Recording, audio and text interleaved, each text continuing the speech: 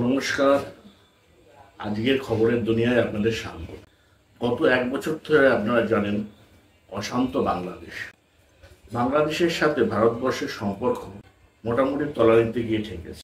এবার এই কারণের জন্য বারবার করে ভারতবর্ষকে বিভিন্ন দোষ দেওয়ার কারণে, ভারতের আগ্রাসন বলে এত বারবার করে বলার জন্য এবং আরও অন্যান্য অনেক কারণের জন্য ভারত বাংলাদেশকে কতগুলো স্যাংশন দিয়েছে, মানে কিছু সুবিধা ছিল সেগুলো বাতিল করে, অর্থাৎ নাগরিক ভিসাটা বন্ধ করে দিয়েছে।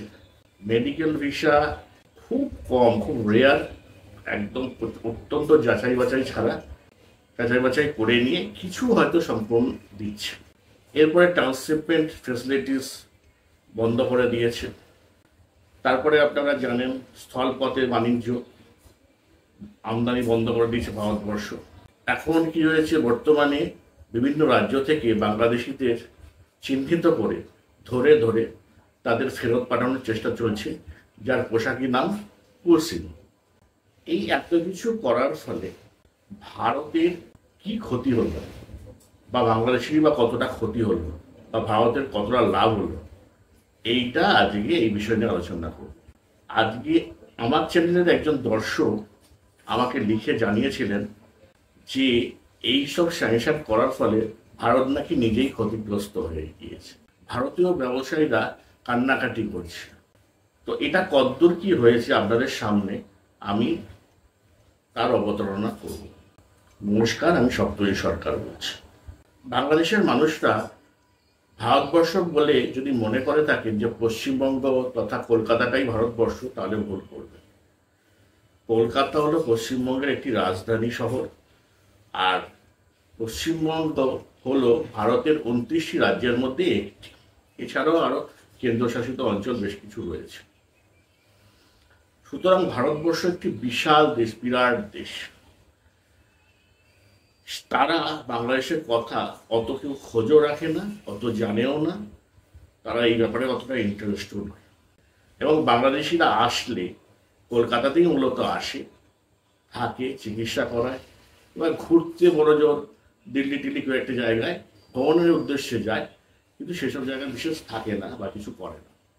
বাংলাদেশিরা কলকাতায় আসলে তারা মূলত কলকাতার একটি রাস্তার নাম জানে, সেটা হচ্ছে মার্কুইস স্ট্রিট, অর্থাৎ কলকাতার নিউ মার্কেট এলাকার কাছাকাছি একটি অঞ্চল। কলকাতাটাও অনেক বড়, কলকাতাতেও প্রচুর রাস্তাঘাট রয়েছে, এবং মার্কুইস স্ট্রিটে যেমন বেশ কিছু হোটেল রয়েছে, তেমনি সারা কলকাতার চারিদিকে প্রচুর হোটেল রয়েছে। আর ভারতবর্ষের কথা তো ছেড়েই দিন, পশ্চিমবঙ্গের কথা ছেড়েই। এর মধ্যে বাংলাদেশিরা প্রধানত আসে মার্কুইস স্ট্রিটের কিছু হোটেলে আসে, থাকে এবং আশপাশে খাওয়া দাওয়া করে, এবং হয়তো প্রয়োজনীয় কিছু জিনিসপত্র তারা নিউ মার্কেট থেকে কেনাকাটা করে নিয়ে যায়। এখন এই নাগরিক ভিসা বা মেডিকেল ভিসা বন্ধ করার কারণে সত্যি কথা বলতে কি, এই মার্কুইস স্ট্রিটের কয়েকটি হোটেল, বোধহয় 10-12টা হোটেল আছে যেখানে বাংলাদেশিরা এসে থাকতো, তারা সেভাবে বোর্ডার পাচ্ছে না, অর্থাৎ হোটেলে থাকার লোক সেখানে নেই। তার কারণ হলো কলকাতাতে যেমন বিদেশিরা, অন্যান্য ইউরোপ বা আমেরিকা বা অন্যান্য দেশের লোকেরা আসে, তারা আসে 5 স্টার 3 স্টার হোটেলে থাকে, গ্র্যান্ড, হায়াত ইন্টারন্যাশনাল, তাজ বেঙ্গল ইত্যাদি ইত্যাদি সব নাম বলে আমি ভিডিওটা বড় করছি না, সেসব জায়গায় থাকে। আর ভারতবর্ষের অন্য প্রান্তের লোক বা উত্তরবঙ্গের লোক বা নর্থ ইস্টের লোকেরা, তাদের সামর্থ্য অনুযায়ী তারা থাকে হচ্ছে সল্টলেক, হিন্দুস্তান পার্ক, এয়ারপোর্টের কাছে, গলিতে গলিতে, অথবা যদি চিকিৎসা করতে আসে তো চিকিৎসার জন্য বাইপাসের ধারে যে হসপিটালগুলো আছে তার আশেপাশে গলিগালার ভেতরে প্রচুর হোটেল গড়ে উঠেছে। সেখানে একটা উৎসবের মেয়াদ সারা বছরই থাকে, সেখানে সমস্ত জিনিসপত্র কেনাকাটা করা সব কিছুরই সুযোগ রয়েছে। এই জায়গাগুলোর কিন্তু কোনো অসুবিধা হয়নি, পার্টিকুলারলি মার্কুইস স্ট্রিটের অসুবিধা হচ্ছে। মার্কুইস স্ট্রিটে কেন অন্য ভারতবাসীরা বা অন্য কেউ যায় না কেন? এই অঞ্চলটি একটি মুসলিম অধ্যুষিত অঞ্চল। যারা নন বেঙ্গলি আছে, যারা মানে বাঙালি নয়, অবাঙালি সাধারণত, তারা ভেজ খায়। তারা এই আশপাশে এই গরুর মাংস খাওয়ার রান্না বান্না হচ্ছে এইসব দেখে এই অঞ্চলে থাকতে চায়। তাই বাংলাদেশিরা না আসলে মার্কুই স্ট্রিটের এই 10-12টি হোটেলের মালিকের অসুবিধা হয়, তাদের স্টাফেদের অসুবিধা হয়, এটা সত্যি ঘটনা। এবার বাংলাদেশিরা কত আর আসে, তাদের পরিমাণটা কত, সে হোটেল নয় ঠিক হল। এবার নিউ মার্কেট অঞ্চল বা স্প্লানেড ধর্মতলা অঞ্চলের আশপাশে যারা থাকে, তারা বাংলাদেশিরা আসলে এখান থেকে কেনাকাটা করে। নিউ মার্কেট থেকে কিনলে তাদের কাছে বাংলাদেশের চাইতে এই জায়গাগুলোতে অনেক সস্তায় পাওয়া যাচ্ছে। তারা মনে করে এখান থেকে খুব লাভবান হয়ে তারা নিয়ে যাচ্ছে। অথচ কলকাতার অন্যান্য মার্কেটগুলোতে এর চেয়েও দামে সস্তায় পাওয়া যায়। আর তারপরে কি হয়েছে, এই অঞ্চলের অধিবাসীরা বাংলাদেশিদের দেখলেই বুঝতে পারে, তাদের কথাবার্তা শুনলেই বুঝতে পারে, তারাও দামটা বাংলাদেশি দেখলেই চট করে বাড়িয়ে দেয়। তা বাংলাদেশিরা অ্যাকচুয়ালি ঠকেই যায়, কিন্তু হয়তো ঢাকার তুলনায় বা বাংলাদেশের তুলনায় জিনিসগুলো সস্তায় হয় বলে তারা মনে করে লাভবান হচ্ছে। তো বাংলাদেশিরা না আসার ফলে এই যেসব অঞ্চল তো এমনিতেই জমজমাট অঞ্চল, সেখানে বাংলাদেশিরা আসলো কি না আসলো খুব একটা সেখানে এফেক্ট পড়ে না, কিন্তু হোটেলগুলোতে বা খাওয়ার হোটেলগুলোতে এফেক্ট পড়েছে। এবার আসি কলকাতার অন্যান্য হোটেলগুলো, তো কোনো অসুবিধাই নেই, সেখানে আগেও যেমন ছিল এখনও তেমন আছে, সেখানে কোনো সমস্যা নেই।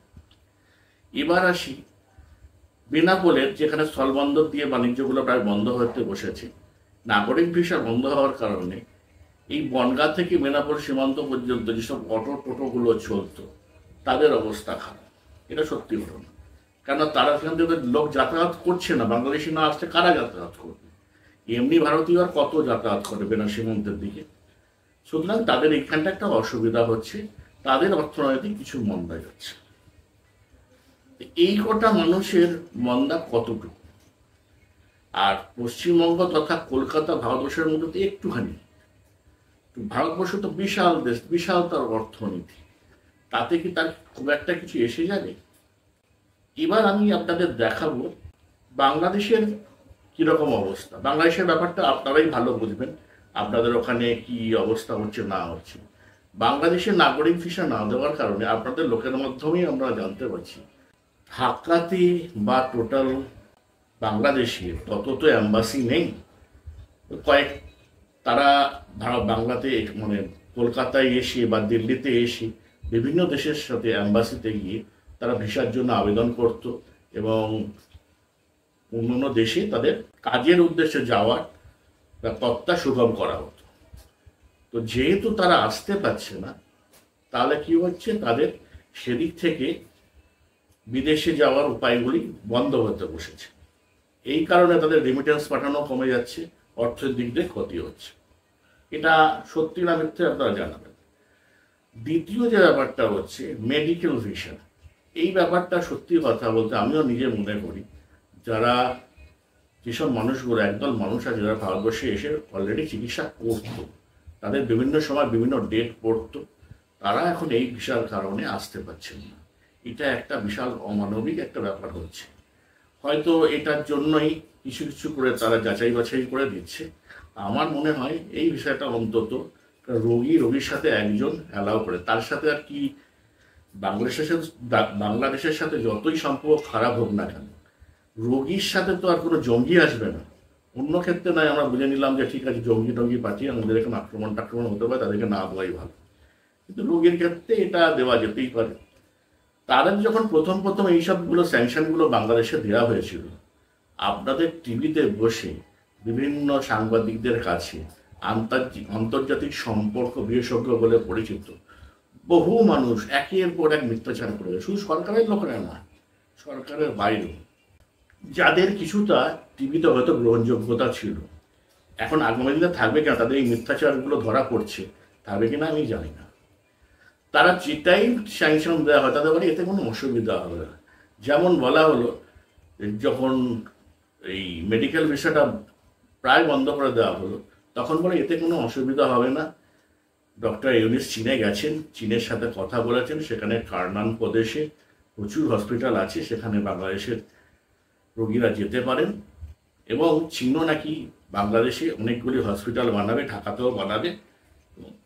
সেগুলো আজও পর্যন্ত তো দেখলাম না যে কোনো হসপিটালের কোনো একটা ভিত তৈরি হচ্ছে। আর একটা হসপিটাল বিল্ডিং তৈরি করার পর করো অন্তত 10টা বছর লাগে, অথচ তারা বলতেন কিনা কোনো অসুবিধা হবে না। উল্টে ভারতবর্ষের নাকি এইসব হসপিটালগুলো এখন না কেঁদে কেঁদে নাকি বেড়াচ্ছে, তারা নাকি রোগী পাচ্ছে না।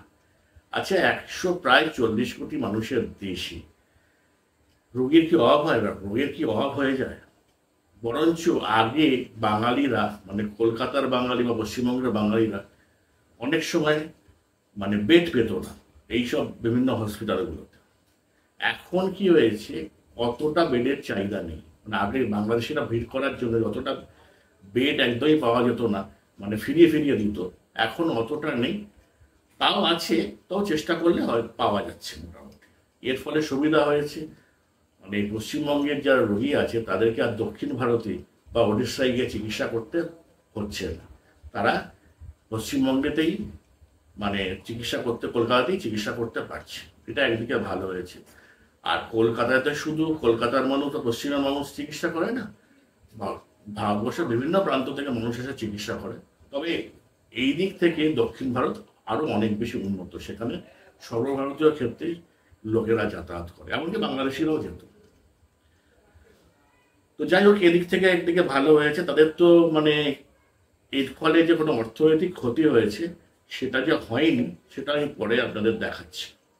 তাহলে এবার নাগরিক ভিসা আর মেডিকেল ভিসার কথা আমি আপনাদের সাথে বললাম। ট্রান্সশিপমেন্ট প্রকল্প প্রজেক্ট যেটা ছিল সেটা হচ্ছে বাংলাদেশের যারা রপ্তানিকারক ছিল তারা স্থলপথে তাদের পণ্য পাঠাতো, সেটা মানে দিল্লি এয়ারপোর্টের মাধ্যমে সেটা ইউরোপ আমেরিকার বিভিন্ন দেশে সেটা রপ্তানি করা হতো। এবার তার ফলে তারা একটা ঠিক টাইম মতো, এবং তাদের সেখানে ফ্যাসিলিটিসও ছিল, অনেক কম পয়সায় সেটা পাঠাতে পারত। বাংলাদেশের এই ইনফ্রাস্ট্রাকচার নেই। প্রথম যখন ট্রান্সশিপমেন্ট বন্ধ হওয়ার কথা বলা হলো তখন বললো কোনো অসুবিধা হবে না। বাংলাদেশিরা যারা মিল মালিকরা আছে, যারা এখনো মানে বস্ত্রশিল্পের সাথে জড়িত রয়েছে, তাদের তো মাথায় হাত পড়েছে। তাদেরকে যদি জিজ্ঞাসা করেন, সরকার পক্ষ থেকে স্বীকার তো করবেই না, এবং আন্তর্জাতিক সম্পর্ক বিশেষজ্ঞরাও স্বীকার করবে না বাংলাদেশে। তাদের একটা অদ্ভুত ধারণা রয়েছে, তারা মনে করে তাদের স্বীকার বা অস্বীকারে যেন কিছু এসে যায় ভারতের। তারা যদি স্বীকার করে ফেলে তাহলে বোধ হয় ভারতবর্ষ সিদ্ধান্ত পরিবর্তন করে ফেলবে। তা তো নয়, তাদের কেউ পাত্তাই দেয় না। আর আমাদের দেশের যারা কেন্দ্রীয় সরকার রয়েছে তারা বাংলা বোঝেও না, অত বাংলার দিকে চেনেও না, কারোর দিকে পাত্তাও দেয় না। সুতরাং সেগুলো হওয়ার ভয় নেই। কিন্তু এই ট্রান্সশিপমেন্ট বন্ধ হওয়ার জন্য বছর প্রতি অন্তত 2000 কোটি টাকা করে বাংলাদেশের ক্ষতি হচ্ছে, সেটা বাংলাদেশের লোকেরাই বলেছে, আপনাদের থেকেই জানতে পেরেছে। এই গেল এরকম অবস্থা। এরপর হচ্ছে পর্যটনে বাংলাদেশের থেকে খুব একটা সেরকম লোক আসতো কিছু অল্প আসতো, সেরকম বিশেষ কিছু ছিল না। আর ভারতের এবার আমি আপনাদের দেখাবো যে এইসব কিছু করার ফলে বাংলাদেশের যা ক্ষতি হওয়ার হচ্ছে, যা হচ্ছে। এরপরে স্থল বাণিজ্য পথ বন্ধ করেছে, সেক্ষেত্রে তো বিশাল বড় ক্ষতির মুখে বাংলাদেশ পড়েইছে। তো ভারতের শেষ পর্যন্ত বাংলাদেশের লোকেরা বলে নেই কেঁদে কেঁদে বেড়াচ্ছে, তাদের ব্যবসাটা এখন হা হতাশ করছে। কারা করছে সেটা আমি অতদিন বললাম। এবার আপনাদের দেখাবো আমি, আপনারা নিজেদের মোবাইলেই দেখতে পারেন ভারতের বৈদেশিক মুদ্রার সঞ্চয় কত, অর্থাৎ ফরেন রিজার্ভ কত।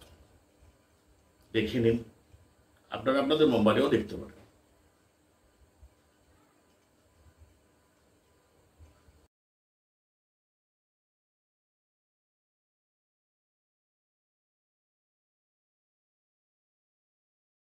দেখতে পেয়েছেন?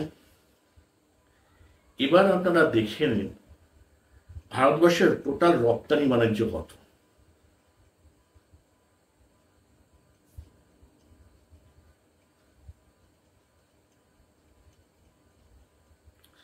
দেখতে পেয়েছেন প্রায় $800 বিলিয়নেরও বেশি।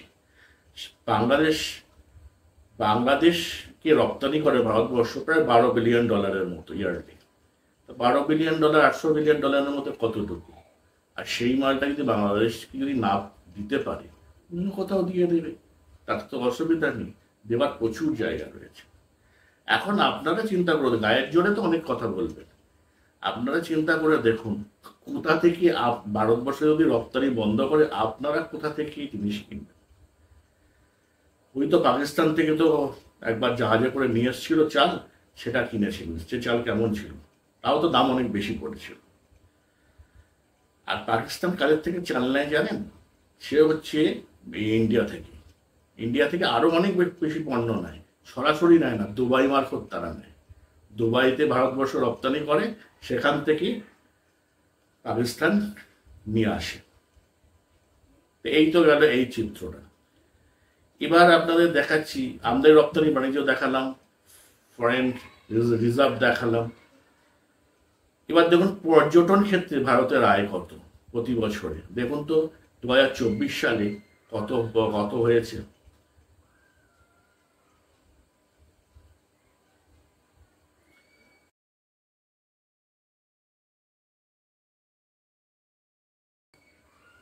এবার দেখাচ্ছি ভারতবর্ষের প্রবৃদ্ধির হার অর্থাৎ জিডিপি কত মানে হয়েছে, কমেছে না বেড়েছে সেটা দেখাচ্ছি।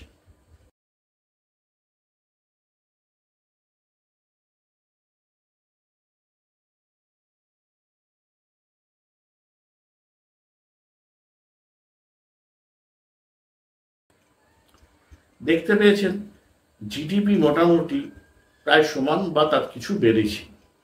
এবার দেখুন দারিদ্র সীমার নিচ থেকে কত মানুষকে ভারতবর্ষ তুলে নিয়ে আসছে, সেটা আগেই মানে দেখতে পেয়েছেন। পার ক্যাপিটাল থেকেও দেখতে পারেন, আপনাদের নিজের মোবাইলেও দেখে নিতে পারেন, তাও আমি দেখিয়ে দিচ্ছি, দেখে নিন। এরপরেও কি এখনো আপনারা বলবেন যে বাংলাদেশের এইসব স্যাংশন দেওয়ার ফলে ভারতবর্ষের মানুষ মানে না খেতে পেয়ে মরছে, তারা কান্নাকাটি করছে, এসব বলতে পারবেন কি? সত্যি কথা বলুন, ভারতবর্ষের সাথে ভারতবর্ষ অনেক বড় দেশ, আজকে অর্থনীতি এবং সামরিক শক্তিতে প্রায় চতুর্থ সারা বিশ্বের মধ্যে, 190খানা দেশের মধ্যে সেখানে চলে গেছে। সুতরাং সেটা তো এমনি এমনি যায়নি। আর আজকের দিনে বাংলাদেশের অবস্থাটা কি, তার অর্থনৈতিক অবস্থার ব্যাপারটাই বলছি। আইন শৃঙ্খলা কথা পরে অন্য ভিডিওতে বলবো, এ বিষয়ে অন্য কথা বলবো। বাংলাদেশ তো অর্থনৈতিক দিকে প্রায় শেষ, মোটামুটি যা কলকারখানা ছিল সব বন্ধ হয়ে গেছে, আর যেটুখানি বাকি রয়েছে সেগুলোও বন্ধ হয়ে যাবে। যা দেখা যাচ্ছে, যেভাবে যা চলছে, সেটা আপনারা নিজেরাও মিডিয়া দেখতে পারবেন। তাহলে বাংলাদেশের সাথে ভারতবর্ষের সাথে এই যে বলছেন যে নতজন পররাষ্ট্র নীতি করবেন না, ভালো, সেটা করার দরকার নেই। চোখে চোখ রেখে কথা বলবেন, 7 সিস্টার আপনারা নিয়ে নেবেন, তারপরে গার্ডিয়ান অফ দ্য কোশেন আপনারা, এত যে বড় বড় কথাগুলো বলুন, সেগুলো কি ফুস হয়ে গেল, বেলুন চুপসা একদম ফুস হয়ে গেল। সুতরাং ভাবিয়া করিয়া কাজ, করিয়া ভাবিও না। এটা আপনাদের সামনে তুলে ধরলাম এই তথ্যগুলো দিয়ে, যাতে আপনারা আগামী দিনে বুঝতে পারেন যে আপনারা কি ভুল করছেন। আর যদি ভুল না করেন কোনো অসুবিধা নেই। আপনারা যত এদিকে যাবেন, আপনাদের পাকিস্তানের সাথে যত সম্পর্ক রাখবেন, আপনারা সার্বভৌম দেশ, যে কোনোর সাথে সার্বভৌম সম্পর্ক রাখতে পারেন। আপনারা প্রথম আমরা একটু অবাক হয়েছিলাম যে পাকিস্তান থেকে সম্পর্ক রাখছেন, চীন পাকিস্তান। এখন আর আপনাদেরকে আমরা বন্ধু দেশ মনে করি না, আমরা শত্রু দেশই মনে করি। দয়া করে আপনাদের কাছে রিকোয়েস্ট, আপনাদের লোকেদেরকে বোঝান তারা যেন এই সীমান্ত পারাপার করে অনুপ্রবেশ না করে। সেই স্বাধীনতার সময় থেকে চলছে এই অনুপ্রবেশ, এই বাংলাদেশিদের নিতে নিতে ভারতবর্ষের মানুষের ট্যাক্সের টাকায় চলে। এবার সেই টাকা থেকে তার অর্থনৈতিক উন্নতির ভাগিদার হয়ে যাচ্ছে কারা? এই বাংলাদেশিরা। এরা এসে এখানের মধ্যে বিভিন্ন ধরনের অর্থনীতিতে হস্তক্ষেপ করছে, ডেমোগ্রাফি চেঞ্জ করে দিচ্ছে, ভোটাধিকার নিয়ে সেখানেও সমর্থনের প্রশ্ন অন্যরকম ব্যাপার হচ্ছে, অনেক দিক থেকে সমস্যার মধ্যে সম্মুখীন হয়ে রয়েছে। আর সীমান্তে গুলি চালাবে না বিএসএফ? কিভাবে বিএসএফ এর সাথে কিভাবে লড়াই করার চেষ্টা করছে, গ্রামের মানুষকে সাথে নিয়ে আসে, লাঠি নিয়ে টেনে যাচ্ছে, এরপরেও গুলি চালাবে। আমি তো বলি বিএসএফ এর কোনো দরকারই নেই কারোর সাথে আলোচনা করা। সীমান্তের কাছাকাছি আসা মাত্র সীমান্ত টপকানোর চেষ্টা করলেই গলি মেরে দেবে, কোনো কথাবার্তার ব্যাপার নেই। সুতরাং অনুপ্রবেশ বন্ধ করুন, পুশিং চলবেই, আরো বেশি করে এটা বাড়বে। আর বাংলাদেশ আপনারা ধরে রেখে দিন পুরো শেষ, অর্থনৈতিক দিক থেকে সব দিক থেকে শেষ। বাংলাদেশে কেউ আর বাঁচাতে পারবে না। তাই এখানে আর ভিডিওটা টানছি না, এই পর্যন্তই ভিডিওটা রাখছি। আপনারা ভালো থাকবেন, সুন্দর থাকবেন। দেখা হবে আগামী ভিডিওতে। নমস্কার।